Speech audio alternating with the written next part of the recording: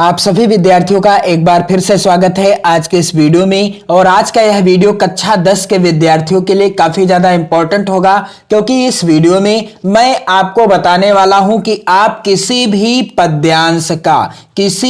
पद्यांश का संदर्भ कैसे लिखेंगे।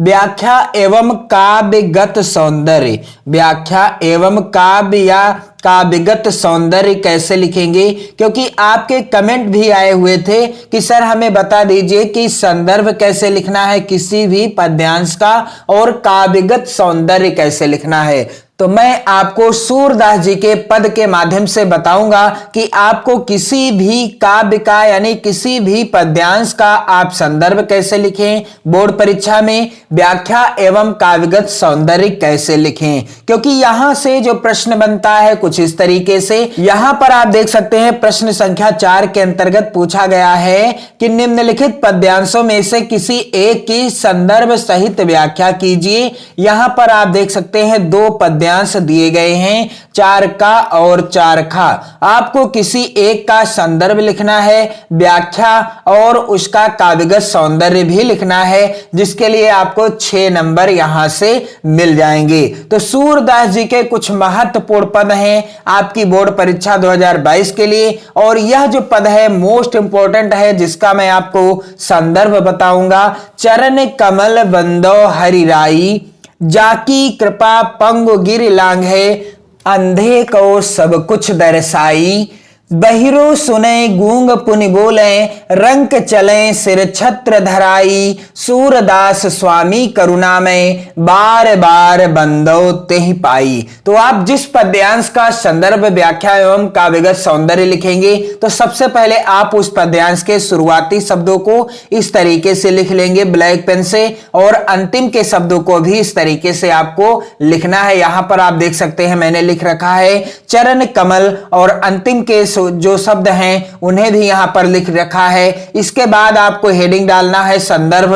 तो क्या हो जाएगा संदर्भ, मैं आपको जानकारी देना चाहूंगा कि सूरदास जी का कोई भी पद आपकी बोर्ड परीक्षा में आपके पेपर में पूछा जाता है तो आप संदर्भ सेम इस तरीके से लिखेंगे। यहां पर आप देख सकते हैं प्रस्तुत पद्यांश हमारी पाठ्य पुस्तक, हिंदी आपको ब्लैक पेन से लिखना है, के काव्य खंड में संकलित पद शीर्षक से उद्धृत है। पाठ का अथवा शीर्षक का नाम भी आपको ब्लैक पेन से लिखना है, और आगे यहां पर है कि जो महाकवि सूरदास जी द्वारा रचित सूर सागर महाकाव्य से लिया गया है। तो यहां आप ध्यान दीजिएगा कि प्रस्तुत पद्यांश हमारी पाठ्य पुस्तक, हिंदी आपको ब्लैक पेन से लिखना है, के काव्य खंड में पाठ का नाम भी आपको ब्लैक पेन से लिखना है, और रचयिता का नाम भी आपको ब्लैक पेन से ही लिखना है।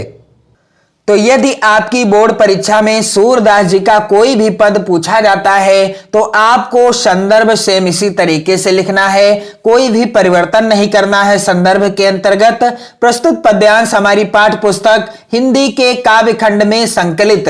अब यहां पर आप ध्यान दीजिएगा कि यदि पद या पद्यांश किसी अन्य पाठ से है तो आपको यहां पर उस पाठ का नाम और उसके बाद रचयिता का नाम भी बदल देना है। मान लीजिए बिहारी लाल के नीत के दोहे हैं तो आप क्या लिखेंगे कि प्रस्तुत पद्यांश हमारी पाठ्य पुस्तक, हिंदी के काव्य खंड में संकलित नीत के दोहे या भक्त के दोहे, नीत के या भक्त के दोहे शीर्षक पाठ से उद्धृत है, जिसके रचयिता कौन है, कविवर बिहारी लाल जी हैं। तो चलिए इस महत्वपूर्ण पद्यांश की व्याख्या क्या हो जाएगी। चरण कमल बंदो हरिराई, व्याख्या क्या हो जाएगी, यहां पर आपको इस तरीके से व्याख्या हेडिंग डालना है, मैं उस भगवान के कमलवत चरणों की वंदना करता हूं। और आगे क्या कहते हैं सूरदास जी कि जाकी कृपा पंगु गिर लांघे, अंधे को सब कुछ दर्शाई, अर्थात जिसकी कृपा से पंगु अर्थात लंगड़ा व्यक्ति भी पहाड़ों को लांघ जाता है और अंधे को सब कुछ दिखलाई पड़ने लगता है। सूरदास जी कहते हैं कि मैं उस प्रभु के कमलवत या कमल रूपी चरणों की वंदना करता हूं, जिसकी कृपा से लंगड़ा व्यक्ति भी पहाड़ों को लांघ जाता है, अंधे को सब कुछ दिखलाई पड़ने लगता है और बहिरो सुने गूंग पुनि बोले, रंक चले सिर छत्र धराई। बहरा मनुष्य सब कुछ सुनने लगता है, गूंगा मनुष्य फिर से बोलने लगता है और क्या होता है, रंक चले सिर छत्र धराई। और जो महादरिद्र व्यक्ति होता है वह भी अपने सिर पर राज छत्र धारण कर लेता है और ऐसे सूरदास स्वामी करुणा में बार बार बंदो तेहि पाई। ऐसे सर्वशक्तिमान करुणामय भगवान के चरणों की मैं बार बार वंदना करता हूं। इसके बाद आपको काव्यगत सौंदर्य में क्या लिखना है, तो पहला बिंदु लिखा जाता है जिसके बारे में पद्यांश में बताया गया हो या जिसका वर्णन किया गया हो। तो यहां पर आप देख सकते हैं पहला बिंदु क्या है, सगुण भक्त की उपासना। सूरदास जी के द्वारा श्री कृष्ण के कमल रूपी चरणों की वंदना की गई है, यानी सगुण भक्त की उपासना की गई है। और दूसरा बिंदु है भाषा। तो यह जो पद है या पद्यांश है सूरदास जी का किस भाषा में रचित है, ब्रज भाषा में रचित है। और सूरदास जी के जितने भी पद हैं सभी ब्रज भाषा में ही रचित हैं। अगला है रस।